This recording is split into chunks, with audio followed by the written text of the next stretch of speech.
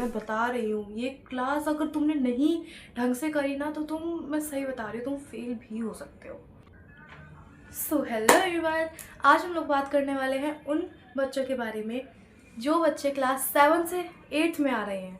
तो as a student मैं तुम्हें कुछ गाइडेंस देना चाहती हूँ, मैं तुम्हें कुछ इंपॉर्टेंट टिप्स देना चाहती हूँ, मैं तुम्हें कुछ सब्जेक्ट वाइज कुछ रोड मैप बताना चाहती हूँ, तुम्हें स्ट्रैटेजी बताना चाहती हूँ इस वीडियो में, जिससे तुम क्लास 8 आसानी से कर सकते हो।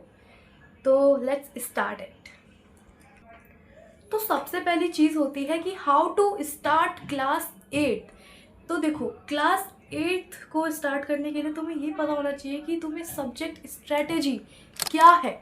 अब इस सब्जेक्ट स्ट्रेटेजी क्या होती है, यानी हर सब्जेक्ट को पढ़ोगे कैसे, तुम पढ़ोगे कैसे किसी सब्जेक्ट को, तुम्हें क्या करना है, मैं तुम्हें वो बताती हूँ। देखो, मैं क्लास 8 से 9th में जा रही हूँ, ठीक है। तो मुझे इतना पता है कि आखिर 8th में कैसे पढ़ना है, क्योंकि मुझे एक्सपीरियंस है। और जैसे मेरे बगल के जो मेरे फ्रेंड्स के जो होते हैं, फ्रेंड्स का ग्रुप है, या फिर मेरे जो क्लास के दोस्त वगैरह होते हैं, फिर क्लासमेट्स होते हैं, मैंने उनको भी ऑब्ज़र्व किया है कि आखिर वो कैसे पढ़ते हैं, वो कैसे पढ़ते थे क्लास 8 में। तो मैं अपने प्यारे जूनियर्स को ये चीज़ बताना चाहती हूँ। तो देखो, सिंपल सी चीज़ है, क्लास 8 कोई इतनी बड़ी चीज़ नहीं होती भाई जो तुम इतना माइंड कर रहे हो। अगर तुम माइंड कर रहे हो तो तुम 9th 10th 11th 12th, ये होती है बड़ी क्लासेस, ये होती है मेन क्लासेस, तुम इनकी टेंशन करो। अभी भाई मत करो इतनी टेंशन, लेकिन तब भी तुम 8th में आ रहे हो। ये क्लास एक ऐसी क्लास है जो तुम्हारा बेस बनाती है 9th 10th का। तो मैं बिना बोले तुम्हें बस अपनी बात बताती हूँ जो मैं तुम्हें बताना चाहती हूँ। तो सबसे पहली बात, सबसे पहले डोंट टेक प्रेशर। सबसे पहली बात, प्रेशर लो ही मत। उसके बाद कोई लेक्चर देखो किसी भी टीचर का, जिस दिन का तुम्हें समझ आता है, या फिर यूट्यूब से पढ़ते हो तो यूट्यूब से पढ़ो, और ट्यूशन में पढ़ते हो अपने मम्मी पापा से पढ़ते हो तो उस हिसाब से देखना। लेकिन पहले कोई चैप्टर का लेक्चर लो, फिर उसके बाद एनसीईआरटी रीड करो। एनसीईआरटी जब तुम रीड कर लो, उसके बाद तुम एनसीईआरटी के कुछ क्वेश्चंस करो, क्योंकि अभी जो तुम्हारा पेपर बनता है वो बाहर के क्वेश्चंस का नहीं बनता है। अभी जो तो पेपर बनता है वो स्कूल वाले ही बनाते हैं और एनसीईआरटी से ही देते हैं। तो इसलिए एनसीईआरटी को ढंग से पढ़ो, ढंग से समझो। कोई डाउट है तो वहीं क्वेश्चन लगा दो और टीचर के सामने समझो, क्योंकि डाउट एक ऐसी चीज़ होती है, क्योंकि अगर तुम डाउट नहीं बताओगे तो इससे फिर बटन के बटन आता रहता है, और फिर लास्ट में जाके तुम्हें कॉन्सेप्ट तुम सारा भूल जाते हो, फिर तुम्हें रट्टाफिकेशन करनी पड़ती है, फिर तुम्हें कॉन्फिडेंस नहीं आता। जब कॉन्फिडेंस नहीं आता तो फिर पेपर भी अच्छा नहीं जाता। तो अगर तुम्हें 95% प्लस स्कोर करना है तो मैं तुम्हें उसके लिए बता देती हूँ कि एनसीईआरटी को ढंग से पढ़ो। अगर तुम नोट्स नहीं मारा, कोई नहीं, नोट्स बड़ी क्लास में आके बनते हैं। अभी तुम चिल रहो, 8th को भी हम कर लेंगे पार, लेकिन 8th में तुम्हें क्या करना है, नोट्स रहने दो, एनसीईआरटी उठाओ। एनसीईआरटी जो तुम पढ़ रहे हो, जो भी तुम्हें इंपॉर्टेंट डेफिनेशंस दिख रही हैं उनको हाईलाइट कर लो, और बगल में जो तुम नोट्स में तुम जो भी लिखते हो, देखो मैं ये नहीं कह रही नोट्स बनाओ ही मत, अगर बनाना चाहते हो तो बना लो, लेकिन मैं तुम्हें बताना चाहती हूँ एक बुक में फिर बगल में ही अपना हल्का हल्का छोटा मोटा लिखते रहो, तो ये चीज़ बेस्ट वे है। तो ये तो हमने बात कर ली सब्जेक्ट स्ट्रैटेजी की। मैथ्स के बारे में तुम्हें ये बताना चाहती हूँ कि मैथ्स देखो, चाहे तुम किसी भी क्लास में हो, लेकिन maths only need one thing, that is practice, ठीक है। तुम्हें क्या करना है मैथ्स में, देखो आगे जब तुम 8th में आते हो, 6th 7th हो, तब भी बच्चों वाली क्लास होती है, तुम उसे आराम से कर लेते हो। लेकिन 8th के अंदर जब तुम बेटा आते हो तो 8th के अंदर जो चैप्टर्स होते हैं ना, वो तुम्हारा 9th का बेस बनता है। मीन्स अगर तुमने 8th आराम से फ्लुएंटली पास कर ली तो तुम 9th में तुम्हें आएगी दिक्कत, लेकिन इतनी नहीं आएगी, ठीक है। क्योंकि 8 तुम्हारा एक पर्सनल बेस होता है, 6th 7th नहीं होता, लेकिन 8 तुम्हारा पर्सनल बेस होता है 9th का भाई। क्योंकि जो चैप्टर्स तुम 8th में पढ़ते हो ना, उसका पार्ट 2 ही हम 9th में पढ़ते हैं। तो इसलिए मैं तुम्हें बताना चाहती हूँ। अब सब्जेक्ट स्ट्रैटेजी में हम मैथ्स की बात कर रहे थे, तो देखो मैथ्स के अंदर तुम्हें क्या करना है, बस प्रैक्टिस करनी है, बस प्रैक्टिस करते रहना है। चैप्टर पढ़ो, जिस टीचर से भी पढ़ते हो या फिर जिनसे भी पढ़ते हो भाई, जिनसे भी पढ़ते हो उनसे समझो, ठीक है।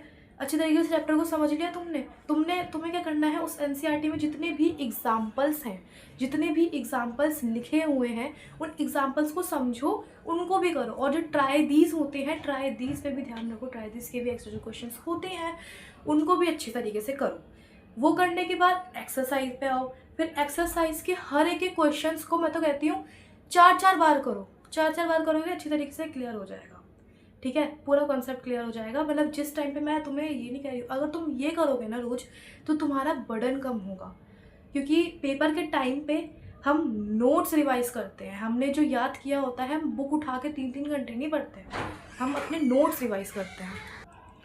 इंग्लिश को भी तुम्हें रोज़ थोड़ा थोड़ा ध्यान देना है, इंग्लिश पे भी ग्रामर भी रोज़ करनी है, थोड़ी बहुत लिटरेचर भी करनी है, साइंस को भी अच्छी तरीके से करना है। साइंस को भी देखो, हर सब्जेक्ट को अगर तुम हल्का हल्का टाइम देते हो तो वो अच्छी तरीके से होता ही है।